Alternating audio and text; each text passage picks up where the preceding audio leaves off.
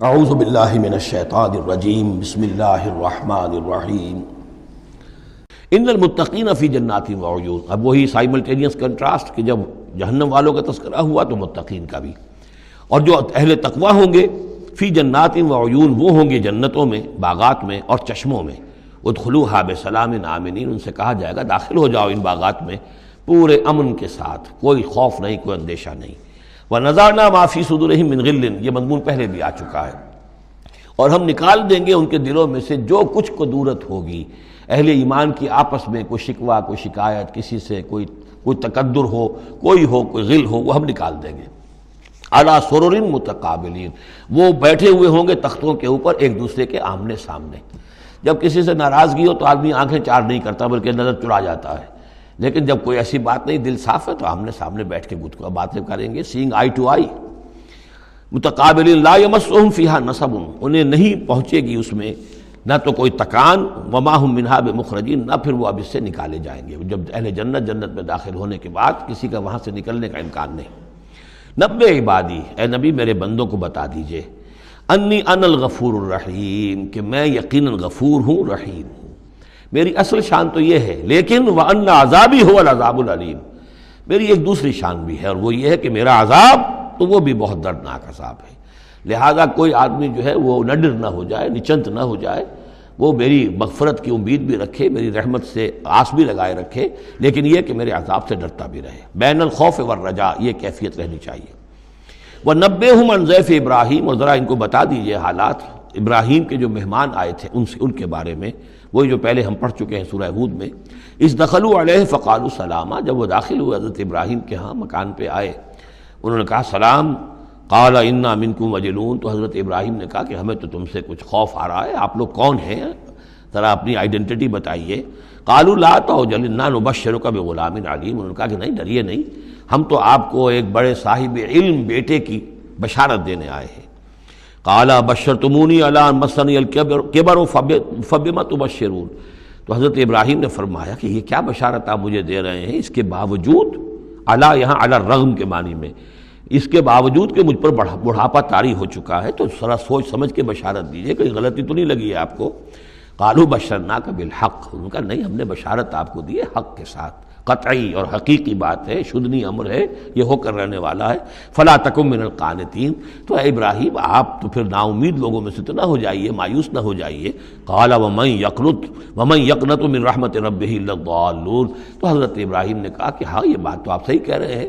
اللہ تعالیٰ کی رحمت سے مایوس تو صرف وہی ہو سکتے ہیں جو گمراہ ہوں۔ یہ اللہ کی قدرت، اللہ کی رحمت، عین بڑھاپے میں اللہ مجھے اولاد دے دے، 87 برس کی عمر میں بیٹا دے دے، جیسے اس نے حضرت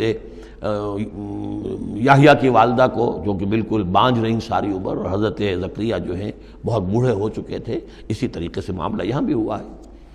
قال فما خطبکم ایھا المرسلون، اب انہوں نے پوچھا کہ اے فرشتادو، اے جو بھیجے گئے ہو، ایلچی ہو، تمہارا کیا معاملہ ہے، یعنی کس قدر جا رہے ہو، کیا قصد ہے، کیا ارادہ ہے۔ قالوا انا ارسلنا الی قوم مجرمین، ان کا کہ ہمیں بھیجا گیا ہے ایک مجرم قوم کی طرف، الا آل لوط، سوائے آل لوط، لوط کے گھر والوں کو، اس کے گھر والوں کو تو ہم بچا لیں گے، انا لمنجوہم اجمعین، ان سب کو ہم بچا لیں گے، نجات دیں گے، الا امرأتہ، اس میں بھی ایک استثناء ہے، سوائے اس کی بیوی کے، قدرنا انہا لمن الغابرین، ہم نے یہ اندازہ کر لیا ہے، یہ اندازہ ہے کہ وہ جو ہے پیچھے رہنے والوں میں سے ہوگی۔ فلما جاء آل لوط المرسلون، تو جب یہ لوط کے گھر پہنچے یہ فرشتادے بھیجے ہوئے اللہ کی طرف سے ایلچی جو آئے تھے، قال انکم قوم منکرون، وہی بات حضرت لوط نے فرمائی کہ آپ لوگ کچھ اجنبی سے لوگ ہیں، میں آپ کو جانتا نہیں، آپ کون لوگ ہیں، کہاں سے تشریف لائے ہیں۔ قالوا بل جئناک بما كانوا فیہ یمترون، ان کا نہیں، بلکہ ہم تو وہ شے لے کر آئے ہیں آپ کے پاس جس کے بارے میں یہاں کے رہنے والوں کو شک تھا۔ آپ جب کہتے تھے کہ اگر تم باز نہیں آؤ گے، ان خبیث فعل کو نہیں ترک کرو گے، شرک سے باز نہیں آؤ گے، تو تم پر اللہ کا عذاب آئے گا، یہ اس میں شک کرتے تھے، مذاق اڑاتے تھے۔ اب وہ شے ہم لے کر آئے ہیں۔ وَأَتَيْنَاكَ بِالْحَقِّ وَإِنَّا لَصَادِقُونَ، اب ہم اللہ تعالیٰ کے آخری فیصلے کے ساتھ، قطعی اور شدنی فیصلے کے ساتھ آئے ہیں، اور ہم سچے ہیں، جو بات ہم کہہ رہے ہیں وہ درست ہے۔ فَأَسْرِ بِأَهْلِكَ بِقِطْعٍ مِّنَ اللَّيْلِ، تو آپ اپنے گھر والوں کو لے کر نکل جائیے رات کے ایک حصے میں کہ ابھی رات باقی ہو، صبح ہونے سے پہلے پہلے نکل جائیے، وَاتَّبِعْ أَدْبَارَهُمْ اور آپ بھی ان کے پیچھے پیچھے جائیے، وَلَا يَلْتَفِتْ مِنْكُمْ أَحَدٌ اور کوئی آپ میں سے پیچھے مڑ کر اب دیکھے نہیں، یعنی کوئی دوستی، کوئی یاد آ رہی ہو، کوئی تعلقات اب جو ہے وہ ستا رہے ہوں دل کو، وَامْضُوا حَيْثَ تُؤْمَرُونَ اور اب چلے جائیے وہاں جہاں آپ کو حکم ہوا ہے، وَقَضَيْنَا إِلَيْهِ اور یہ بات ہم نے اس کو بتا دی، یہ فیصلہ ہم نے کنوے کر دیا اسے، ذالک الامر یہ فیصلہ، ان دابر ہؤلاء مقطوع مصبحین کہ ان لوگوں کی جڑ صبح ہوتے ہی کاٹ دی جائے گی، یعنی یہ کہ اس پوری قوم کو تہس نہس کر دیا جائے گا، دونوں شہر جو ہیں نسیہ منسیہ کر دیے جائیں گے، یہاں کوئی ایک متنفس بھی نہیں بچے گا۔ وجاء اہل المدینۃ یستبشرون اور اب آئے لوگ وہ دوڑے ہوئے بدماش لوگ جو ہیں وہ خوشیاں مناتے ہوئے آئے کہ بڑے خوبصورت لڑکے جو ہیں آج مہمان ہو کر آئے ہیں لوط کے ہاں، تو ہمارے لیے بڑا اچھا موقع ہے۔ قال ان هؤلاء ضیفی فلا تفضحون حضرت لوط نے ان سے کہا یہ دیکھو میرے مہمان ہیں، مجھے رسوا نہ کرو، واتقوا اللہ ولا تخزون اللہ کا تقوی اختیار کرو اور میری بے آبروئی مت کرو۔ قالوا اولم ننهک عن العالمین انہوں نے کہا کہ دیکھو لوط ہم نے تمہیں تمام جہانوں والوں سے روکا ہوا نہیں ہے کہ تم ٹھیکہ مت لو کسی کا، ہم جس کے ساتھ جو چاہیں کریں، تم کون ہوتے بیچ میں آنے والے، تم کو ٹھیکیدار بن گئے ہو پوری دنیا کے۔ اولم ننہک کیا ہم نے منع کیا تمہیں، نہیں کیا تمہیں کہ تمام جہان والوں کی حمایت میں نہ کھڑے ہو جایا کرو۔ قال ہؤلاء بناتی ان کنتم فاعلین ان کا یہ میری بیٹیاں حاضر ہیں، اگر تمہیں کچھ کرنا ہی ہے تو یہ کہ ظاہر اللہ تعالیٰ نے تمہارے لیے جو جوڑے بنائے ہیں تو وہ تو عورتیں ہیں،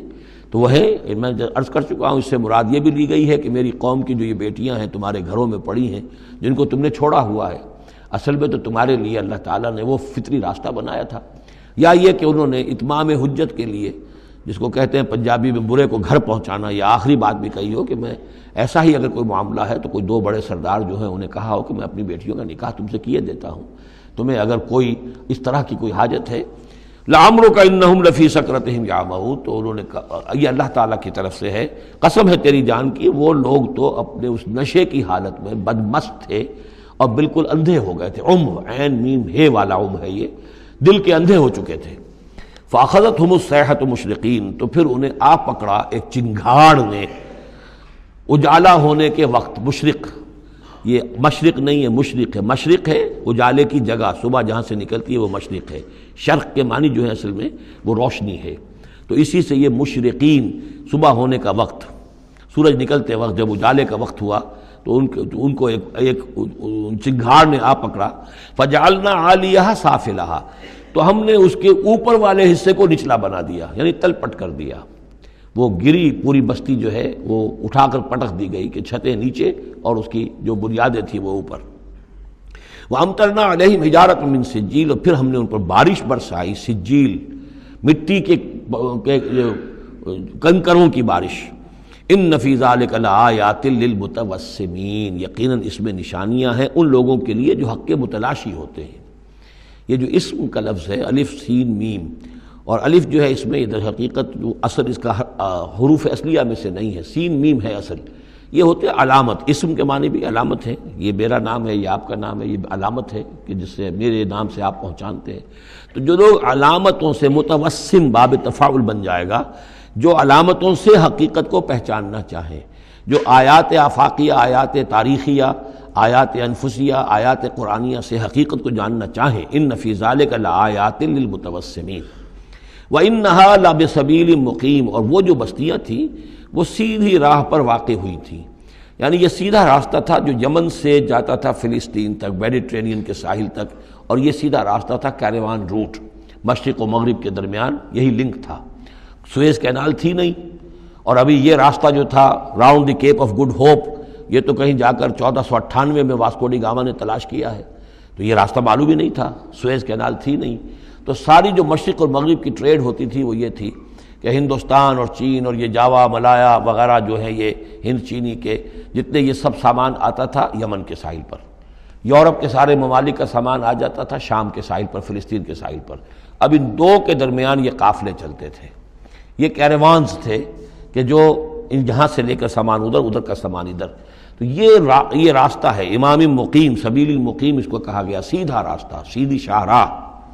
اسی پر یہ اصحاب ہجر کے بھی مسکن تھے، اسی پر پھر یہ اصحاب مدین کے بھی تھے، اور یہ بستیاں بھی اسی راستے پر واقع ہوئی تھیں۔ ان فی ذلک لآیۃ للمؤمنین، یقیناً اس میں نشانی ہے اہل ایمان کے لیے۔ صدق اللہ العظیم۔